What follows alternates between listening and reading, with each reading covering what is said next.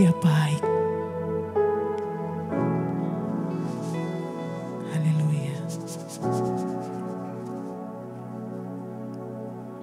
Yesus, Kau sungguh baik. Yesus, nama-Mu indah. Yesus, ku cinta Kau selalu.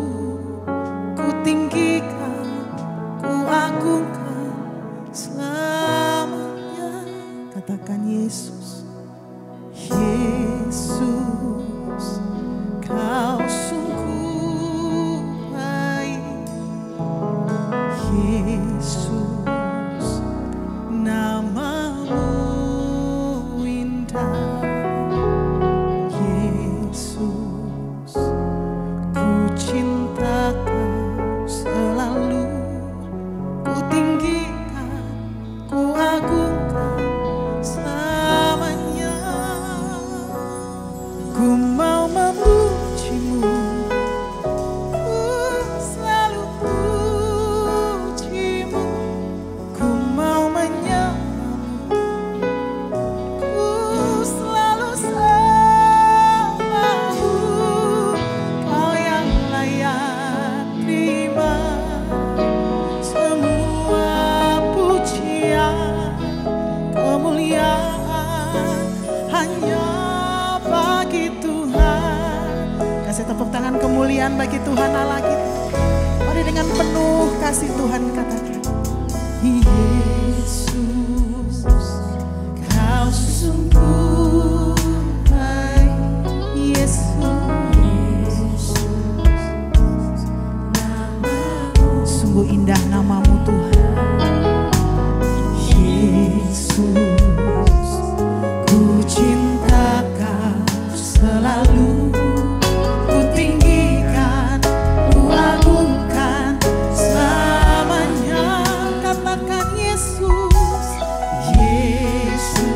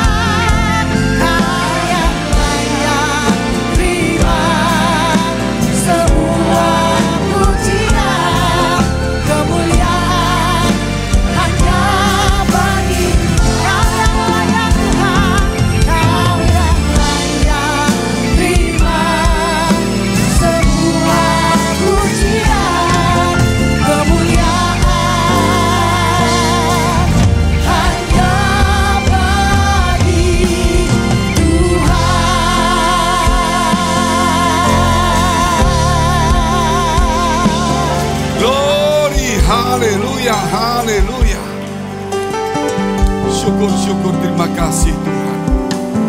Terima kasih atas hari yang luar biasa ini.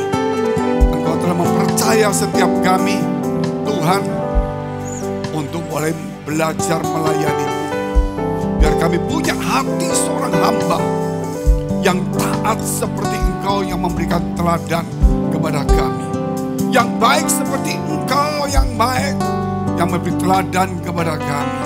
Yang tidak henti-hentinya untuk memberikan kekuatan mengajar dan juga membimbing mereka. Tuhan, tolonglah setiap kami di akhir zaman ini, di mana iblis bekerja secara luar biasa dan kekuatan dan Roh-Mu juga bekerja secara luar biasa. Dan firman-Mu Tuhan, Engkau singkapkan lebih luar biasa lagi, sehingga setiap kami Tuhan boleh mengalahkan daripada dunia ini dan kuasa kegelapan. Semakin iman kami bertumbuh ke arah Tuhan. Terima kasih Bapa, supaya hidup kami penuh dengan kasih Tuhan. Supaya kami hidup melihat semuanya berdasarkan kacamata Tuhan. Memberkati kami semua yang di dalam pergumulan, di dalam pekerjaan, di dalam karir, studi, keuangan, keluarga, kesehatan. Tuhan, biar iman kami, setiap kami bekerja dengan luar biasa. Melalui firman-Mu semakin kami dewasa, sehingga kami boleh dipulihkan, boleh disembuhkan, dikuatkan, dihiburkan, dan kami boleh mendapatkan kemenangan dari Tuhan. Terima kasih Bapa, di dalam nama Tuhan Yesus kami siap untuk mendengarkan firman-Mu. Supaya setiap kami mendengar firman ini ada pemulihan hati, ada kesembuhan, ada kekuatan. Supaya hati kami dikembalikan kepada kasih semula tanpa melihat yang lainnya. Di dalam nama Tuhan Yesus. Haleluya. Amin. Silakan duduk saudara. Shalom. Puji Tuhan saudara yang dikasihi Tuhan. Saya cerita tidak jemu-jemu menceritakan pengalaman saya strategi iblis di akhir zaman ini. Yaitu dia akan mengacaukan, mengadu domba kita, memecah belah kita antara suami, istri, anak, orang tua. Sehingga tema kita 2 bulan ini keluarga, tapi kok nggak ngomong keluarga, bicara karakternya. Yang penting itu. Kalau kita taat karakter kita baik, rajin, pasti kita akan sama orang tua itu pasti juga baik.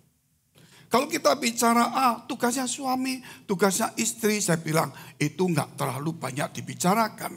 Karena pasti kita tahu masing-masing. Tapi kalau kita bicara kasih, itu melandasi kekristenan kita, melandasi hubungan suami istri, anak orang tua, gereja, jemaat, dan semuanya. Sebab itu karakter dalam keluarga itu ayo. Apa yang kita belajar seperti panah-panah itu. Belajarlah memanah suamimu ketika suamimu memanah engkau dengan amarah. Panahlah dengan kesabaran. Mungkin suatu saat kita yang memanah dengan kejengkelan, kekecewaan. Pihak sana memanah dengan kemurahan dan pengampunan hati. Sebaliknya jangan panah sama-sama panah yang salah. Kalau satu panahnya kebencian, kita balas kebencian tidak boleh. Tetapi yang kita tahu kalau dia memanah kita kebencian, kita harus belajar untuk mengasihi.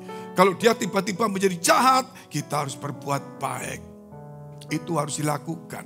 Makanya kalau itu ada dalam hidup kita, maka keluarga, gereja, hubungan kita menjadi baik.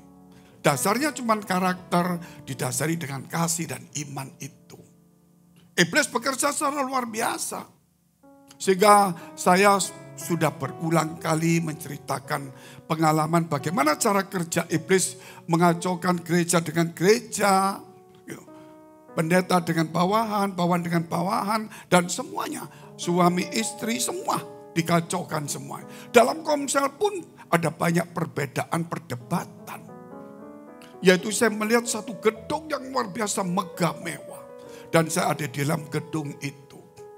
Tapi waktu saya di dalam gedung megah mewah itu, saya melihat sebuah pintu saja. Di depan saya ada pintu. 2 lembar pintu itu saudara. Ya buka tutup itu. Jadi 2. Bukan 1 pintu. Daun pintunya 2. Saya lihat kenapa. Saya tidak tahu kenapa saya lihat di situ. Ternyata ada seorang perempuan yang menjaga pintu itu. Dengan berpakaian jas, hilir mudik. Jaraknya mungkin pintunya 2 meteran. Sekitar itu. 1 meter, 1 meter. Dia putar, balik lagi. Dia putar, balik lagi. Putar, saya lihat ada apa ya. Tanpa saya sadari di belakang saya ini, ya ada Tuhan saudara. Ini saya ngomong jujur saya. Jadi saudara percaya nggak percaya, ini selalu saya ngomong seperti ini. Karena kalau saya khotbah saudara jangan berkata, oh ini khotbah untuk saya. Tidak semua. Karena khotbah saya itu untuk di media. Sehingga kalau saya ngomong pendeta itu bukan berarti pendeta sini. Itu akan di media. Karena panggilan saya itu untuk membanyak berbicara tentang kebenaran ini. Gereja ini blessing in the spirit. Harus menjadi berkat bagi gereja. Makanya di media kalau kita bicara itu umum. Jadi jangan sampai saudara tuh mengambil satu betul, oh kok saya kalau mengambil pakai baju hijau, loh kok saya kena ya gitu. Enggak lah, itu kan hanya kebetulan. Tapi media ini bisa media. Jadi saya ulangi lagi bahwa saudara percaya nggak percaya urusan saudara. Saya tidak memaksa saudara percaya. Tetapi saya bersaksi dengan benar. Itu kewajiban saya. Nah, saya melihat itu Tuhan Yesus di belakang saya ini jujur, saudara. Gandeng saya masuk, saya kok dibawa masuk. Bagaimana caranya perempuan bisa lihat? Ternyata perempuan itu tidak lihat. Waktu jalan begini, saya jalan masuk pintu buka, dia tidak melihat. Sama seperti kalau sekarang ini iblis masuk di kamar kita nggak lihat. Gitu. Tapi kuasa Tuhan lebih tinggi lagi. Tuhan jalan, iblis nggak melihat. Saudara. Dia dimensinya jauh lebih hebat. Kalau dimensi iblis itu kebencian, dimensi Tuhan itu kasih. Dimensi kita masih iman, belum masuk kepada kasih. Bahkan kalau kasih itu sempurna, ketika saya masuk, ternyata ruangan itu cukup besar. Ruang kantor besar. Depan saya ada meja yang mewah. Di belakangnya, yang saya hadap itu belakangnya meja itu ada kaca. Tembus itu ada taman yang bagus sekali, tertata rapi. Dan di belakang meja itu ada seorang duduk. Pakai jas begitu. Tapi dia tidak melihat ke pintu, tidak menghadap ke mejanya dia. Dia menghadap ke belakang, yaitu ke kaca ke taman itu. Kemudian saya dibimbing Tuhan untuk melihat meja itu. Saya melihat meja itu penuh dengan kertas-kertas seperti ini. Dan saya lihat itu nama gereja, nama sinode, nama suami, nama istri. Pokoknya sepertinya semua nama itu ada. Gitu. Itu dalam pandangan saya. Cuman memang meja nggak semua nama dunia. Tapi sepertinya tuh sinode banyak begitu. Padahal itu cara berpikir saya. Tapi kelihatan sinode, gereja, apa semuanya. Mau Katolik, Protestan, kelihatan semua. Saya lihat, banyak sekali. Terus belum kertas-kertas yang dipet-dipet dibuang. Saya lihat banyak sekali. Saya ada apa? Tuhan katakan, Fengki, kamu lihat ini. Saya lihat semuanya. Ada apa Tuhan? Saya lihat semuanya. Dan Tuhan katakan kepada saya, yang kamu lihat ini, orang itu, dia katakan, adalah principalities. Iblis yang merancang untuk mengadu domba, memecah belah keluarga, semua konsep-konsep gereja satu dengan yang lainnya, sehingga timbul perkelahian, perselisihan, pertengkaran. Semua itu gara-gara dia bikin konsep di pikiran setiap orang. Kalau gereja sama gereja, biarpun Pentakosta dibikin konsep yang berbeda. Kalau umpama Katolik, Protestan dibikin konsep berbeda. Satu gereja, saudara, di Komsel 2 bisa berbeda lagi. Suami dibikin berbeda lagi. Dengar khotbah yang sama dibikin berbeda lagi. Itu dia taruh prinsip di pikiran kita. Saya lihat itu seperti itu. Nah Tuhan katakan dialah yang mengatur semuanya. Nah itu ada di dalam kitab Efesus itu saudara. Perjuangan kita bukan melawan darah dan daging. Tetapi melawan. Saudara itu. Ada rankingnya. Yaitu setan-setan, penghulu, ya, penguasa, Udah, dan juga principalities, pemerintah-pemerintah. Jadi iblis, setan-setan, penghulunya, kepala setannya, penguasa. Penguasa itu ya mungkin teritorial. Tapi di paling tinggi sekali itu disebut yaitu pemerintah. Pemerintah itu berarti membuat undang-undang, yang membuat peraturan-peraturan. Nah, iblis ini membuat satu konsep seperti itu. Dan kemudian Tuhan tuntun saya keluar. Akhirnya keluar ya tetap itu buka tutup gak ada apa-apa. Itu saya harus ceritakan di mana-mana, saudara. Bahwa kita ini sering diadu domba. Suami istri. Makanya kalau kita punya iman gak bertumbuh kepada kasih. Iman kita bisa benturan terus. Yang satu terlalu percaya sembuh. Yang satu percaya bahwa hidup itu menjadi berkat macam-macam. Fokusnya berbeda-beda. Tetapi kita harus kembali kepada kasih itu. Allah itu baik, kita harus baik. Yesus baik, kita baik. Yesus taat, kita taat. Kasih contoh seperti itu. Allah itu kasih, Yesus mengasihi, kita harus dalam kasih juga. Makanya ketika saya lihat seperti itu, Bapak Ibu dikasih Tuhan, kita nggak akan bisa bertahan. Yesus saja saudara, dicobai dengan siapa? Setan pakai ayat firman. Dia ayatnya hafal juga. Jadi kalau kita ambil firman Tuhan baca, menurut selera kita itu berbahaya. Ambil menurut apa yang Tuhan mau.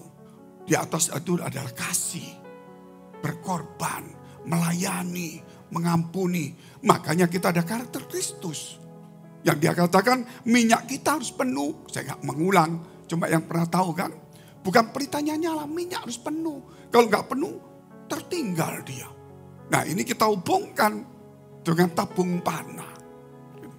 Kalau hidup kita, tabung hati kita nggak banyak panah-panah kebaikan, kasih, pengharapan, pengampunan, kemurahan hati, ya, menjadi berkat, mendoakan, kita nggak akan pernah bisa menjadi berkat. Kita akan selalu menjadi egois. Kita akan selalu bertentangan. Saudara lihat, iblis itu kurang apa?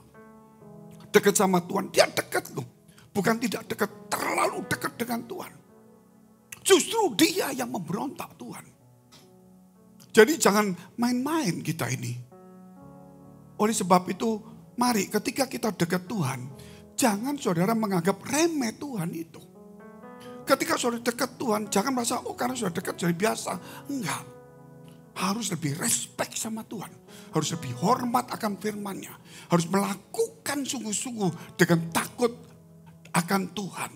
Yang saya lihat dalam kitab kehidupan itu, takut akan Tuhan. Menjauhi kejahatan.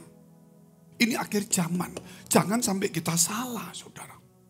Yesus ketika dicobain, dia juga pakai firman. Dia tidak pakai teori yang lain. Dua firman itu berbeda. Bukan karena tertulis. Bahwa engkau bisa mengubah batu menjadi roti. Tetapi Yesus juga ada pula tertulis. Manusia tidak hidup oleh roti saja. Tetapi oleh firman Allah. Iblis mencoba supaya kita melakukan banyak mujizat. Bicara materi. Tapi Tuhan utamakan bukan materi nomor satu. Tetapi firman Allah yang menjadikan materi. Amin. Jadi diambilkan kebenaran itu. Tapi iblis selalu menyodorkan yang kelihatan. Yang kita senang. Seperti jabatan kita, pakaian kita, apa saja. Mau apa saja yang saudara lihat, yang kita lihat itu. Mungkin berkat, mujizat yang kita lihat. Tetapi semua itu berfokus dari firman. Amin. Firman menjadikan semuanya itu ada.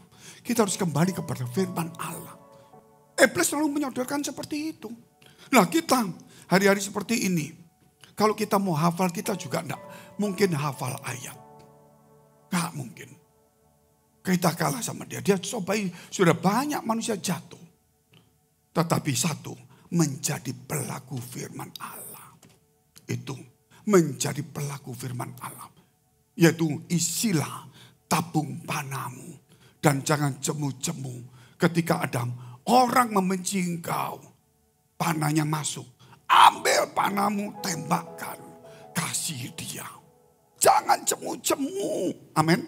Kalau tabung panahmu kosong, kamu tidak akan bisa, kita nggak akan bisa membalas kejahatan dengan kebaikan. Pasti membalas kejahatan. Iblis mulai kasih kita kebingungan, keraguan-keraguan akan firman Allah. Kita mulai bimbang, kita mulai bingung lagi, kita mulai stres. Banyak. Kita mungkin salah paham, kita mungkin baca firman salah lagi. Dia kasih konsep berbeda. Makanya Tuhan katakan sangkal diri pikul salib. Supaya kita bisa menerima ajaran Tuhan dengan baik. Tapi kalau kita pakai pikiran kita, kan ada pikiran Pak, itu timbul perkelahian lagi. Gitu. Seperti Tuhan ngomong, Petrus berkata, kiranya itu tidak terjadi kepada engkau Tuhan. Karena Tuhan berkata bahwa dia akan menanggung penderitaan, akan mati dibunuh. Jangan terjadi, jauhkan itu. Tapi apa yang dikatakan oleh Tuhan kepada Petrus? Enjalah iblis, karena kamu berpikir. Nah itu dia. Itu. Tuhan ngomong seperti itu. Harus kita pakai pikiran Allah. Amin.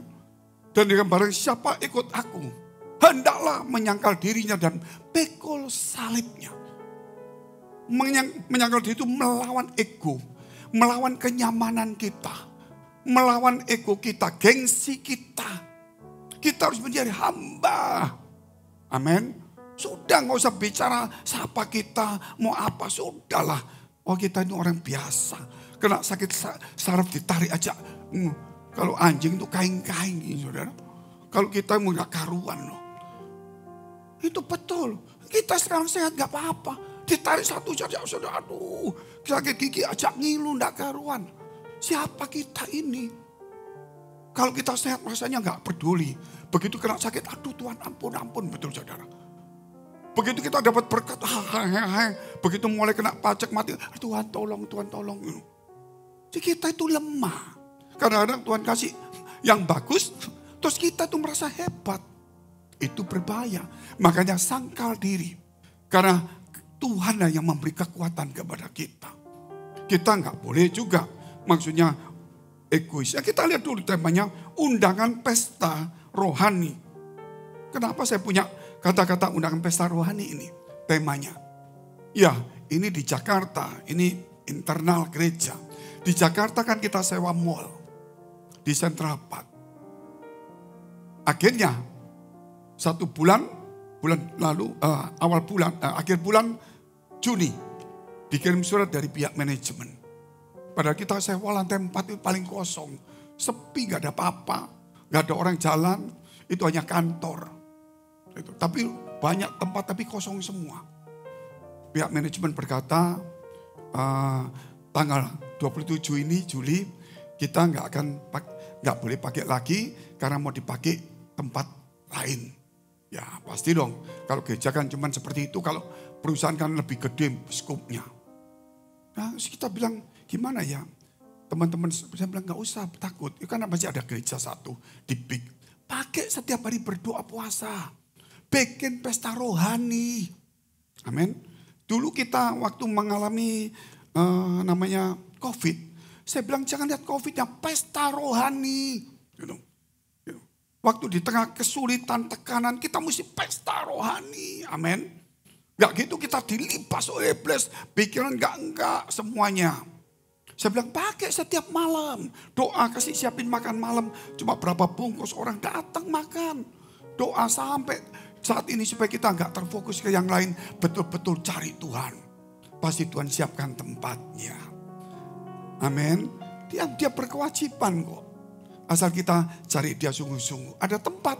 Kalau gak cari Tuhan gunanya apa? Nah itu. Makanya saya bilang pesta rohani. Hari ini undangan pesta rohani. Bukan bicara Jakarta. Kita bicara hidup kita. Harus ada satu pesta rohani terus setiap hari. Setiap ibadah. Bahkan di rumah pesta rohani. Ajak keluarga, gak usah ngomong komsel. Ajak keluarga untuk melihat kebaikan Tuhan. Dan belajar untuk hidup dalam rencana Allah.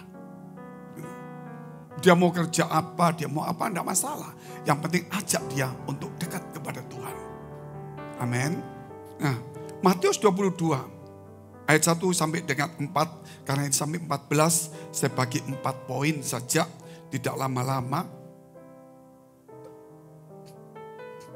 Lalu Yesus berbicara pula dalam perumpamaan kepada mereka. Hal kerajaan surga, ini tentang surga. Seumpama seorang raja yang mengadakan perjamuan kawin untuk anaknya. Yang menyuruh hamba-hambanya memanggil orang-orang yang telah diundang ke perjamuan kawin itu. Tetapi orang-orang itu tidak mau datang. Ayat 4, ia menyuruh pula hamba-hamba lain, pesannya, katakanlah kepada orang yang diundang itu. Jadi ini orang yang diundang gak datang. Orang yang dihormati Tuhan, orang yang diundang Tuhan. Sesungguhnya hidangan telah kusediakan. Lembu-lembu jantan dan ternak piaraanku telah disembelih. Semuanya telah tersedia. Datanglah ke perjamuan kawin ini. Itulah pesta rohani. Amin. Tuhan itu dalam satu perumpamaan perkawinan. Ada makanan, diundanglah sahabat-sahabat teman-temannya. Seperti bukan pesta toh. Tapi kalau kita kan tidak makan-makan itu. Tapi kita dapat firman Allah. Itu namanya pesta rohani. Jadi kita harus ikut pesta rohani. Makanya ketika suatu hari saudara di dalam situasi tertentu, ya saya pergi ke Melbourne, Australia. Saya sama siapa saya lupa, atau Pak Roy atau Pak Irwan saya lupa. Itu dingin udaranya. Di kamar itu dingin sekali. Jadi malam itu saya akan disuruh seminar hamba Tuhan di situ. Nah, ada seorang yang dijuluki seorang punya karunia nabi, tapi sudah meninggal. Namanya Barnabas Ong. Sangat terkenal, dihormati. Nah, mungkin sekarang saya tidak tahu apa masih hidup karena suatu lanjut usia yang lalu itu. Nah, waktu seminar hamba Tuhan sama KKR, dia sudah dikasih tema. Malam itu saya berdoa. Saya melihat ada tulisan bahasa Inggris, blessing in the spirit. Saya berpikir blessing in the spirit apa ya? Apa saya mesti khotbah temanya lain? Saya cari, saya bilang, ingat ya blessing in the spirit apa? Ingat aja, saya tidur dulu deh. Bangun pagi ingat blessing in the spirit, saya cari ayatnya apa. Nggak masuk. Akhirnya saya khotbah tetap tema dari mereka. Tapi setelah saya pulang saya pikirkan, baru Tuhan ngomong, buka gereja namanya blessing in the spirit. Ternyata itu ada dalam kitab Efesus pasal 1 ayat yang ketiga. Kita lihat dulu.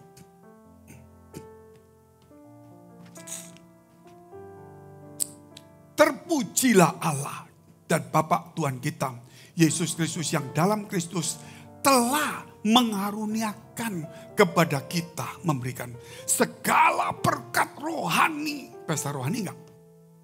Di dalam surga. Segala berkat rohani dalam surga. Bukan cuma sekecil. Bukan bicara materi, itu pasti ada. Ada firman menciptakan materi. Kalau bilang surga, segala berkat rohani itu enggak main-main. Makanya Yesus diberikan, Roh Kudus diberikan, itu kan sudah pemilik surga. Kalau pemilik surga diberikan firman, Yesus, Roh Kudus, kurang apa kita ini? Gitu. Oleh firman semuanya jadi, oleh Yesus sang firman. Roh Kudus itu gak ada main-main. Itu yang harus kita responi, saudara. Itu yang harus kita responi. Nah, kalau Tuhan sudah kasih seperti itu, gimana? Segala berkat rohani. Makanya saudara jangan bilang saya ini dari mana firman remanya. Saya sendiri gak mengerti. Sepertinya hidup saya ini ditonton, ada tuntunan saya gak tahu. Sur khotbah ini ya sudah tentang kitab kehidupan yang keliling sama orang Korea. Saya keliling. Ada 7 kalimat dari 10 kalimat yang saya khotbahkan di tempat-tempat itu. Setelah itu selesai, Tuhan kasih tahu, sudah apinya selesai. Sekarang kitab kehidupan. Tuhan kasih tahu, belajar untuk bahwa kita itu miliknya Tuhan. Jangan bicara kamu memiliki Tuhan.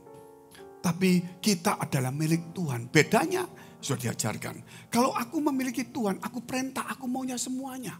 Tapi kalau aku dimiliki Tuhan, itu dia digenggam tangannya. Loh, saya bilang, dikasih khotbah ini lagi. Itu di luar pikiran saya, saudara. Jujur, saya itu bukan orang hebat. Wah, saya ikutin. Setelah itu harus ikhlas. Rela dipakai Tuhan. Kalau kita sudah miliki Tuhan, disuruh apa aja ikhlas. Amin. Kita bukan milik kita sendiri. Gitu loh. Nah kita mesti ikhlas, ya sudah ikhlas. Setelah ikhlas, tidak lama lagi Tuhan bilang, waktunya mengisi minyak. Minyak apa ini? Tuhan kasih tahu, wah bukan peritanya menyala, minyaknya kurang. Mulai mengambil minyak. Setelah minyak, tidak lama lagi Tuhan bilang, Mazmur 127, apa itu? Hubungannya kemana ya? Ternyata tabung panah. Itu karakter Kristus, Pengki. Itu kalau nggak disusun Tuhan, saudara nggak mungkin lah. Gitu loh. Saudara jangan melihat saya itu. Enggak, hanya itu kemurahan Tuhan. Blessing in the spirit itu muncul. Itu untuk saudara. Supaya saudara menjadi contoh teladan bagi yang lain.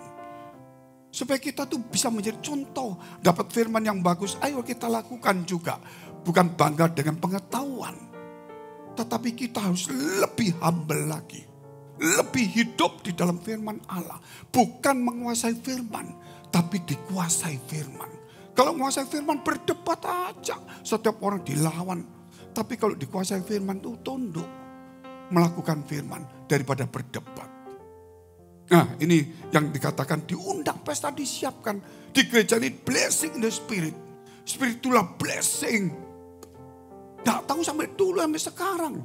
Gitu loh. Ada tema-tema kerudung, ada tema standar rohani, terlalu banyak. Saya pikir-pikir, gak mungkin aku bisa ngulang lagi itu. Itu kalau bukan Tuhan, saudara.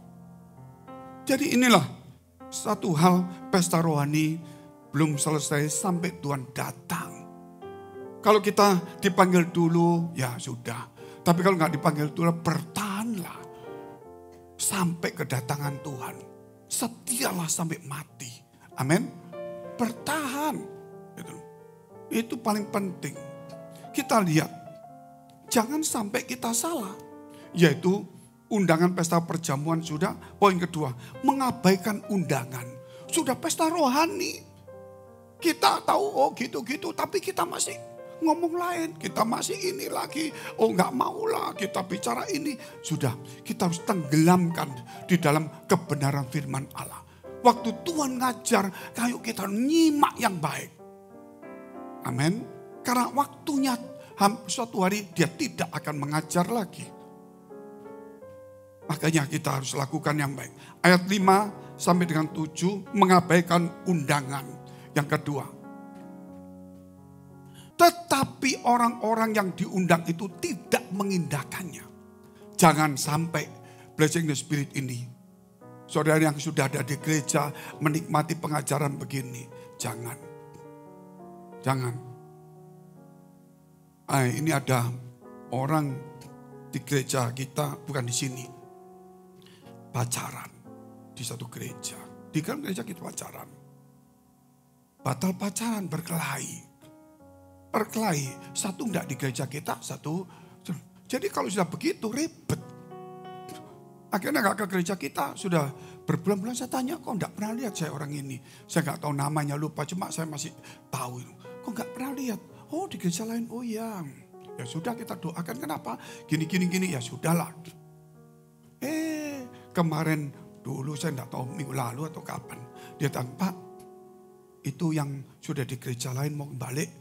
Tapi gak enak karena sudah putus. Dia bilang, saya gak dapat apa-apa, gimana caranya? Gitu loh. Gimana caranya? Nah ini akhirnya repot juga. Dia mau pesta rohani gak dapat gara-gara ada masalah yang terjadi. Masalah itu kan banyak ya. Mungkin berantem, gak cocok, gak ada waktu, sibuk. Beramanya macam-macam. Gitu loh. Nah ini salah satunya, kita lihat terus. Ayatnya tadi kita baca. Tetapi orang-orang yang diundang itu tidak mengindahkannya. Ada yang pergi ke ladangnya. Ada yang pergi mengurus usahanya. Ini mulai. Dan yang lain menangkap hamba-hambanya itu. Menyiksanya dan membunuhnya. Enggak usah ngundang-undang aku lah. Ngapain ke gereja? Sudah aku. Nah itu bisa juga yang seperti itu. Ada yang sibuk, ada yang tadi segala macam urusan dunia. Gitu. Padahal pesta rohani itu nomor satu, berkat rohani itu nomor satu. Dan semua yang ada di dunia ini munculnya karena rohani itu. Semua muncul dari yang tidak kelihatan itu. Muncul yang kelihatan. Terus ayat yang ke-6, 7. Maka murkalah raja itu. Lalu menyuruh pasukannya ke sana untuk membinasakan pembunuh-pembunuh itu dan membakar kota mereka. Diundang, dibunuh malahan, dicaci maki. Maka raja itu marah, diundang pesta rohani. Betul, masih begini begitu. Jangan sampai suatu hari kita ditolak. Kemurahan Tuhan itu datang. Ayo kita nikmati waktunya pesta. Waktunya pesta bubar, ayo kita lakukan yang lain gitu. Ini hal itu. Jadi jangan sampai mengabaikan undangan Tuhan. Yang di tempat ini. Jangan cuma saudara cuma duduk diam pendengar setia. Terus iya benar sih tapi iya benar tapi jangan. Karena kita semua dihormati, diundang Tuhan di tempat blessing spirit. Bukan berarti orang kaya atau miskin. Tidak, Tuhan tidak pandang muka. Didatangkan. Tapi kalau hati kita masih keras, jangan. Bapak Ibu, jangan. Terimalah firman Tuhan. Apalagi hal-hal yang baik, bukan yang tidak baik. Itu yang ketiga, kita lihat dulu. Yang ketiga.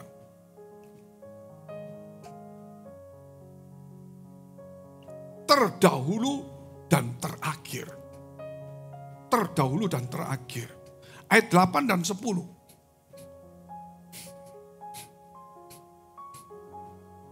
Sesudah itu ia berkata kepada hamba-hambanya, perjamuan kawin telah tersedia. Tetapi orang-orang yang diundang tadi tidak layak untuk itu. Karena diundang gak datang, alasan macam-macam. Ya sibuk, ya ini, ya itu, macam-macam. Jangan ada seperti itu. Terimalah uluran undangan Tuhan. Pesta rohani itu jangan ditinggalkan. Selagi ada waktu isilah hatimu dengan minyak. Selagi ada waktu isilah tabung panahmu dengan panah. Supaya kita terus bisa berbuat apa yang Tuhan mau. 9. Sebab itu pergilah ke persimpangan-persimpangan jalan. Dan undanglah setiap orang yang kamu jumpai di sana. Ke perjamuan kawin itu. Jadi akhirnya disuruh ngundang semua orang yang gak diundang itu. Yang diundang gak datang, yang gak diundang. Mana pokok ketemu orang angkat, ketemu orang bawa makan. 10. Maka pergilah hamba-hamba itu dan mereka mengumpulkan semua orang yang dijumpainya di jalan-jalan. Orang-orang jahat dipanggil juga. Dan orang-orang baik. Sehingga penuhlah ruangan perjamuan kawin itu dengan tamu. Diundanglah semua. Saya percaya di tempat ini kita diundang semuanya oleh Tuhan. Jangan sampai ya itu akhirnya yang diundang gak datang. Akhirnya Tuhan undang yang lain. Ini kita anggap aja di gereja biasa ini orang-orang lama. Saya lihat orang yang setia sudah 10 tahun, 15 tahun. Walaupun semakin umur, ayo kita harus tunjukkan semakin setia. Semakin sungguh-sungguh dan taat kepada Tuhan. Walaupun tubuh kita bukan seperti muda lagi. Tapi jangan sampai kita punya alasan yang tadi dikatakan mengabaikan undangan atau menjadi terakhir. Yang terdahulu dipanggil, akhirnya kita yang buka gereja, kita pelayanan semua. Akhirnya kita sudah ada umur, sudah aku enggak kuat, mundur aja. Akhirnya yang muda ini muncul. Kita tertinggal. Terdahulu menjadi yang diundang enggak datang. Akhirnya Tuhan ambil semuanya. Jangan sampai Tuhan mengambil kepercayaannya kepada kita Bapak Ibu. Mari kita meresponi dengan baik. Kita harus bertumbuh dengan baik. Sebab itu kan kita dikasih sudah minyaknya harus penuh. Kenapa? Kita lihat Efesus pasal 2 ayat 10. Tuhan punya rencana kepada kita terus. Efesus kita lihat dulu. Efesus 2 ayat 10. Karena kita ini buatan Allah. Miliknya Allah. Diciptakan dalam Kristus Yesus, miliknya Yesus. Untuk apa? Melakukan pekerjaan baik. Untuk melakukan pekerjaan baik. Yang tidak baik harus dibuang. Makanya panah itu harus bagus. Makanya kita kan dulu no gossip, no apa lagi? No comment, hard walking. Gosip, komen-komen enggak ada. Itu ada temanya dulu. Waktu di ITC, no gossip, no comment, hard walking. Jadi enggak musim ngomong gosip, komen-komen, yang penting kerja untuk Tuhan. Gitu. Ngomong yang negatif-negatif buang aja. Yang penting pekerjaan Tuhan. Jangan sampai iblis itu menaruh prinsip kepada kita. Gereja. Kita nggak datang, sekarang nggak apa-apa. Nggak usah datang, minggu datang. Orang yang ngomong gini nih, mungkin dia sibuk. Oke lah, dia nggak bisa. Kita harus tetap datang. Jangan gara-gara yang sibuk satu, kita nggak sibuk, ditarik. Nah jangan. Gitu loh. Kita harus kalau bisa tetap menjadi yang terbaik. Diciptakan dalam Yesus Kristus untuk melakukan pekerjaan baik. Ayat yang dikeluarkan. Yang dipersiapkan Allah sebelumnya. Ia mau supaya kita hidup di dalamnya. Rencana Allah. Rencana Allah menjadikan kita sekarang ini untuk melakukan yang baik, yang tidak baik nggak ada. Pesta rohani harus tetap jalan. Amin. Yang nggak baik jangan. Alasan apapun juga. Jangan sampai Tuhan itu murka. Ayo kita lakukan pesta rohani ini. Memang banyak mungkin Tuhan iblis taruh prinsip-prinsip kepada kita. Gak perlulah ngotot-ngotot gak jadi pendeta. Saudara, mungkin begitu. Kita gak jadi pendeta tapi kita perlu. Apa pendeta itu lebih baik jemaat? Belum tentu juga. Gitu. Ada banyak pendeta yang pintar belum tentu juga baik. Tapi juga banyak pendeta yang baik juga. Gitu. Kita gak bisa ngukur begitu. Jadi inilah, terus kita lihat Matius 19 ayat 29 sampai 30. Apa ini? Dan setiap orang yang karena namaku meninggalkan rumahnya, saudaranya laki-laki atau saudaranya perempuan, saudara lihat ini, yang berkorban ini, bapak atau ibunya, anak-anak atau ladangnya akan menerima kembali 100 kali lipat dan akan memperoleh hidup yang kekal. Meninggalkan ladangnya, saudara, keluarganya bukan berarti tinggal selamanya, bukan. Ayo datang pesta rohani, nggak bisa aku di ladang, tinggalkan dulu, ini utama. Amin. Saya waktu di Ambon, itu waktu perang, itu perang. Saya itu 4 tempat kerusuhan. Makanya saya kalau sudah hidup kembali seperti dulu, nggak bisa, belum tentu mampu. Menaik kapal muntah, tidak karuan. Berhari-hari berapa kali kembali sana, desingan peluru. Saya ke situ, seminar pendeta. Gak gampang. Waktu saya di pasar. Teng.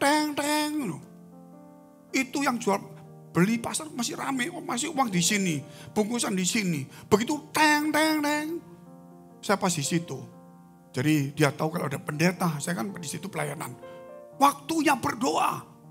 Saya tidak ikut mikrofon. Gitu. Jadi saya lihat semuanya. Pendeta yang ikut sama saya, Bapak lihat sekarang. Semua tutup mata. Tidak ada yang nyuri makanan, ikan, tidak ada semua. Semua ditaruh. Belanja ditaruh semua gini. Itu karena mau ditembak, dador. Begitu sekarang tidak perang. Teng, tidak peduli. Siapa tutup mata diambil dulu uangnya. Memang beda kondisinya. Nah sekarang kita harus tahu, ini alarm Tuhan. Waktunya sudah teng ini Tuhan mau datang. Gitu loh. Ayo waktu pesta rohani jangan ditinggalkan. Ibadah jangan ditinggalkan. Pelayanan yang baik sungguh-sungguh untuk Tuhan. Nanti kalau waktunya di ladang. Gitu. Waktu undangan pesta harus datang. Amin. Untuk berbuat yang baik. Itu. Terus kita lihat. Tetapi banyak orang yang terdahulu akan menjadi yang terakhir. Dan yang terakhir akan menjadi yang terdahulu. Jangan sampai posisi kita diganti. Sampai diganti. Itu banyak cerita. Banyak kisah-kisah itu. Kisah-kisah itu penganiayaan. Di zaman Romawi. Orang Romawi itu pasukannya semua datang. Siapa yang masih mau terima Yesus akan dibunuh di tempat ini. Gitu loh. Kecuali siapa yang Maksudnya murtad. Dia akan dikeluar, nggak dibunuh. Semua gandengan tangan. Satu orang keluar. Saya keluar. Nggak dibunuh. Saya menolak Yesus. Waktu dia menolak Yesus. Saudara tahu, keluar. Satu pasukan bilang, letakkan senjatanya. Saya mau menjadi percaya. Tetap jumlahnya sama. Yang dipilih keluar. Akhirnya pilihan yang sejati masuk ke dalam. Saudara dipilih, dipanggil Tuhan. Jangan sampai pilihan itu salah. Mungkin saudara sudah dipilih, saya tidak tahu. Tapi pilihan sejati ada enggak? Mungkin kita dipanggil, belum tentu dipilih. Tuhan selalu menggenapi jumlahnya. 12 satu hilang tambah 1. 12 juga. Ingat, ini orang hilang. Perwira yang membunuh.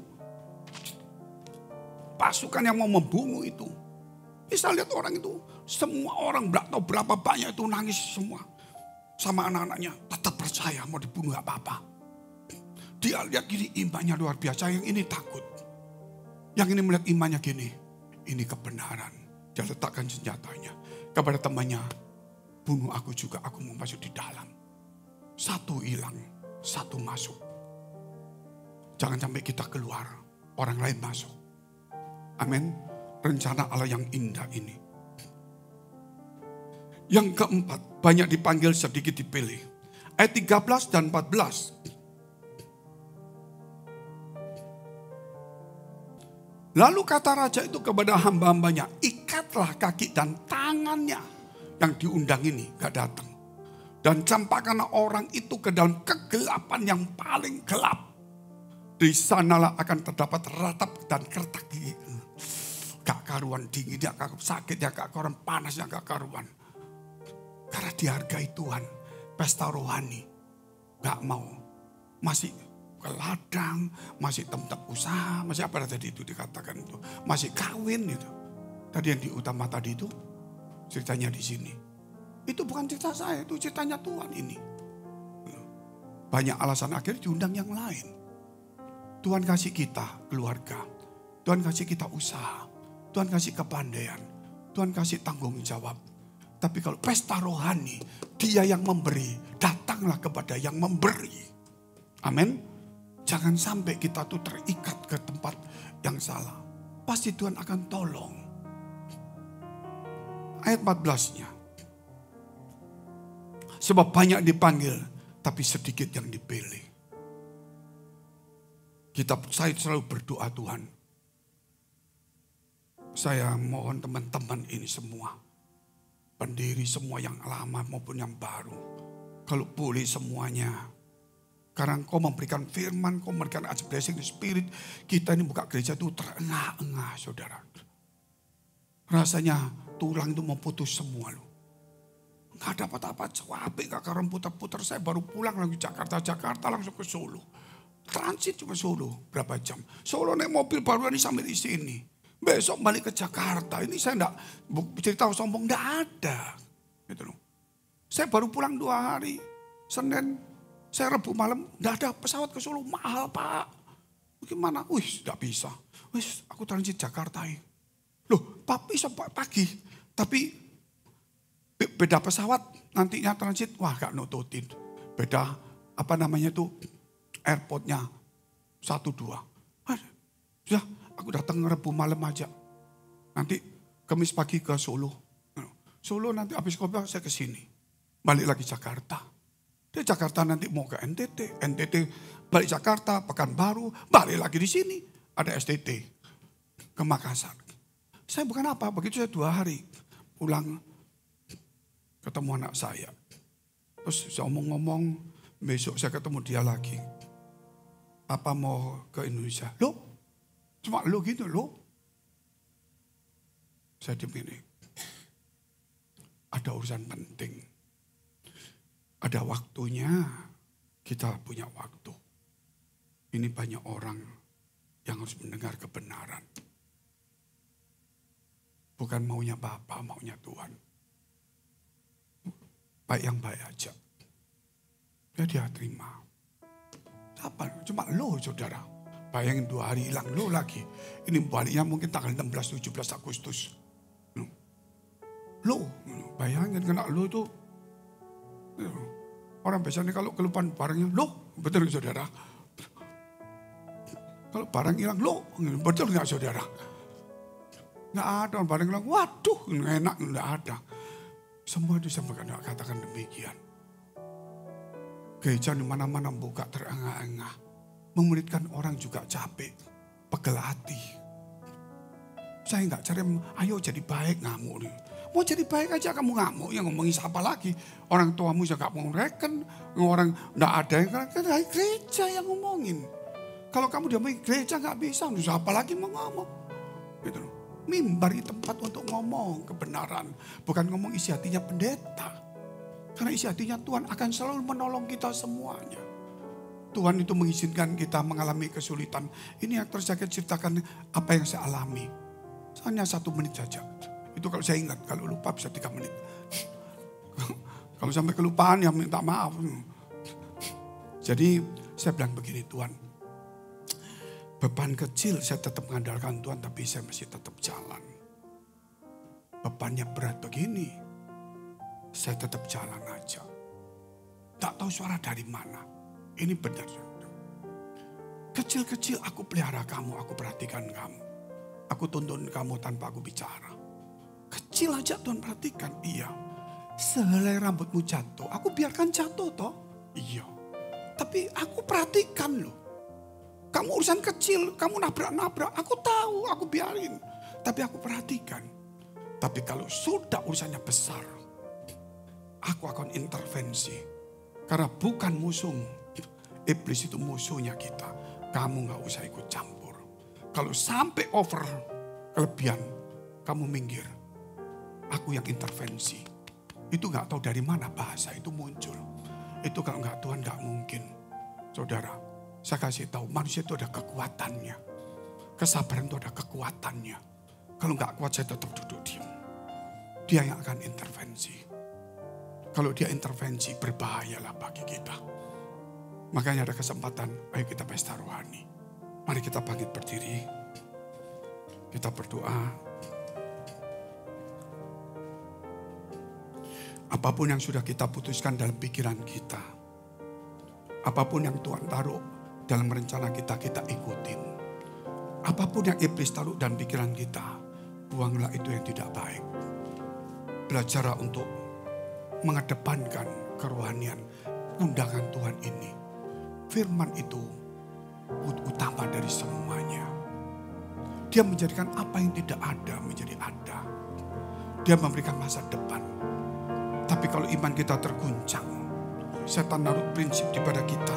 Percuma kamu gak akan dapat apa-apa. Percuma kamu doa, kamu itu mulai berbahaya dalam hidup kita. Lebih setialah, saya sudah mengikuti banyak kesulitan yang saya hadapin.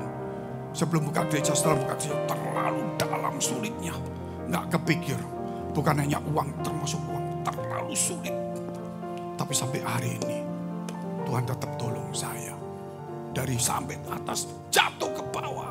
Gak punya apa-apa, naik atas jatuh bawah lagi. Tetap Tuhan.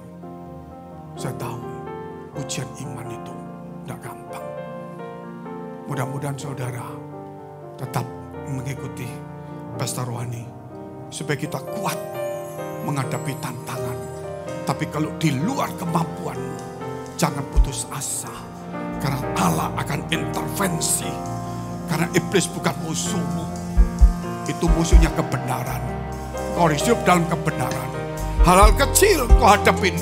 Aku tahu kesulitanmu terlalu banyak. Tapi aku tidak melakukan semua. Tapi aku perhatikan. Seperti sehelai rambut jatuh. Aku tahu itu jatuh. Tapi aku ngitungnya. Aku tahu kesulitanmu. Aku tidak menolong. Aku memberikan jalan kepadamu. Supaya kau terlatih. Tapi aku perhatikan semuanya. Air matamu, kesulitanmu. Tapi ketika percobaanmu begitu berat. Kamu jangan putus asa. Waktunya aku yang intervensi, Frankie. Percayalah dengan Tuhan hari ini.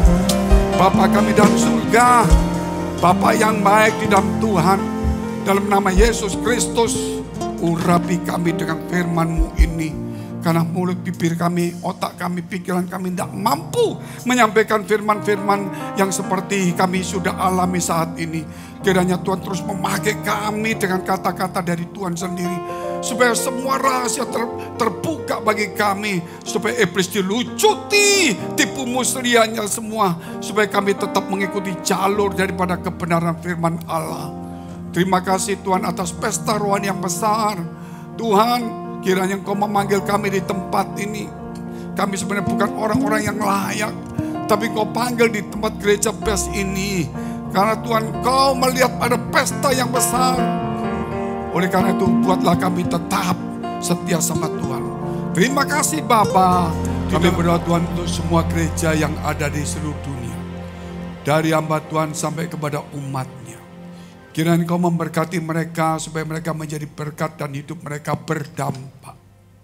Supaya di mana gereja mereka melayani dan berjemaat, dipenuhi orang-orang yang takut akan Tuhan dan tulus hatinya. Kami berdoa untuk semua gereja yang ada di seluruh dunia, supaya mereka bersatu rukun dan tidak terpecah-pecah. Supaya dunia percaya Yesus adalah Tuhan bagi kemuliaan Allah Bapa di surga. Demikian gereja di mana Engkau percayakan kami untuk menggembalakannya. Gereja Blessing in the Spirit. Kami berdoa untuk setiap persembahan yang dipersembahkan umat-Mu. Kiranya menjadi rupa yang harum di hadapan Tuhan. Tuhan, kiranya Engkau menerima sebagaimana persembahan Habel. Tuhan memberkati segala pekerjaannya. Rumah tangga, kesehatan, iman rohani mereka. Sampai kepada anak cucu. Kiranya kebajikan kemurahan Tuhan selalu menyertai kami semuanya. Mari dekapkan kedua tangan-Mu di dadamu. Karena untuk menerima berkat itu mudah dan pasti. Namun kerap kali hati kita tidak tahan uji. Kerap kali kita menjadi kikir, sombong, sibuk, arogan, hitung-hitungan dan punya berbagai macam alasan. Sebab itu firman Tuhan mengatakan Amsal 4 ayat 23. Jagalah hatimu dengan penuh segala kewaspadaan. Karena dari situlah terpancar kehidupan. Jadilah berkat. Dan terimalah berkat rahmat anugerah dari Allah Bapa di surga. Di dalam putra tunggalnya Yesus Kristus yang telah mati bagi dosa-dosa kita. Dan bangkit pada hari ketiga sehingga kita punya Tuhan Allah yang hidup. Dan iman kita bukan kepada Tuhan yang mati. Dan Dia naik surga menyediakan rumah bagi kita. Sehingga kita punya pengharapan yang pasti. Dan Dia akan datang kedua kali menjemput gereja, jemaat dan umat-Nya.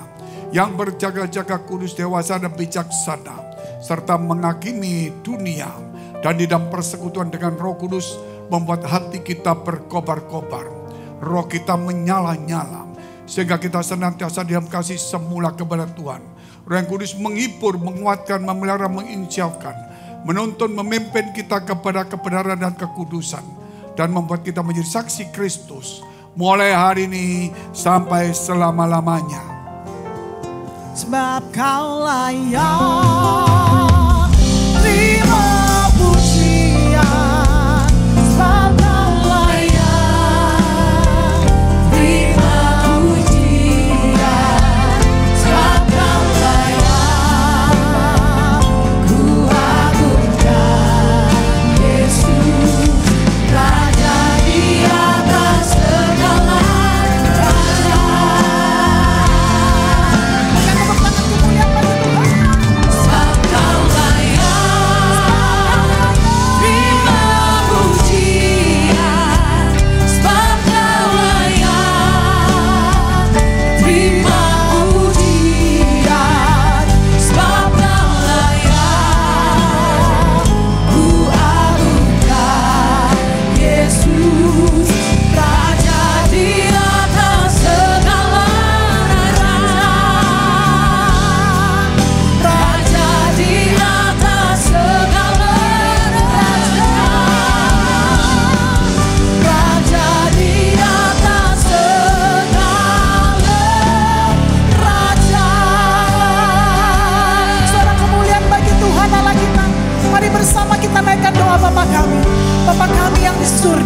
dikuduskanlah namamu, datanglah kerajaanmu, jadilah kehendak-mu di bumi seperti di surga. Berikanlah kami pada hari ini makanan kami yang secukupnya, dan ampunilah kami akan kesalahan kami, seperti kami juga mengampuni orang yang bersalah pada kami. Dan janganlah bawa kami dalam pencobaan, tapi lepaskanlah kami daripada yang jahat. Karena Engkau punya kerajaan dan kuasa dan kemuliaan sampai selama-lamanya. Bersama katakan amin. Haleluya, selamat malam, Tuhan Yesus memberkati.